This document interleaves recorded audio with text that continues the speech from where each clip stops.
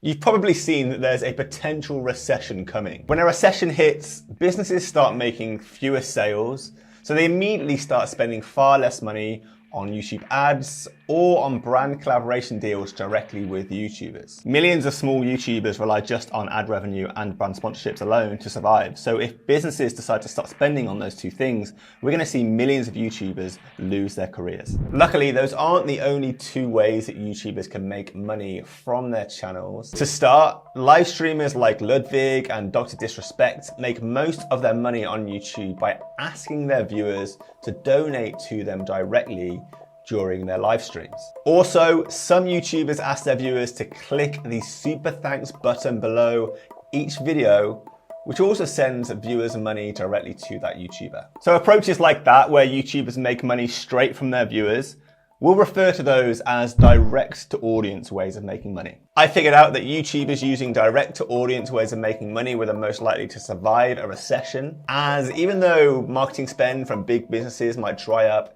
those YouTubers will still have their viewers sending them money using these other methods. And as a YouTuber, I realized that I need to start relying on direct to audience income streams myself in the future. But then when I looked at my earnings over the last 5 years from things like live streams, memberships, and super thanks, it totaled just £34. And this makes me genuinely worried because the recession very may well happen. I started to wonder, if direct to audience is the only safe answer to the recession, how the hell would YouTubers manage to make enough from it to survive? I found this report, The Rise of the Independent Creator, that had some answers. The research in that report found that the biggest and most entrepreneurial YouTubers are shifting the majority of their focus nowadays to growing what it calls communities. The research shows that when YouTubers build communities around themselves, the members of those communities develop a deep bond with that YouTuber, which makes it easier for the YouTuber to promote any direct to audience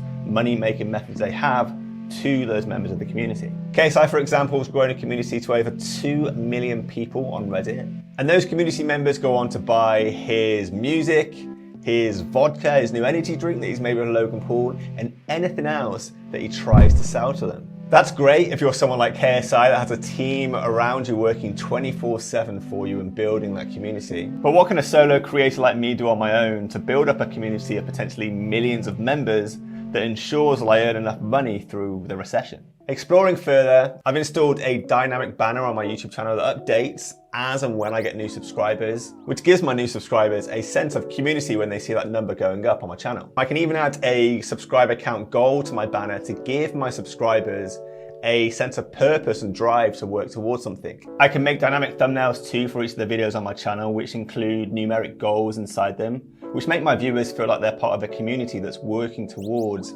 that shared goal with me. And I can even put a vote in each video I make in the future by putting a real-time poll in the description to each video and ask my community of subscribers to vote on something that dictates the direction the channel goes in the future. All these sort of tools just transform my YouTube videos into a live, interactive, and engaging experience, which increases viewer engagement and builds a closer community around my channel. All those tools I just mentioned are provided for free from Mercury by Stream Elements. Mercury by Stream Elements actually sponsored this video, which makes videos like this possible. I've been using their tools for months now. I think they're great. And if you want to use their free tools yourself, I'll put a link to them in the description text below this video.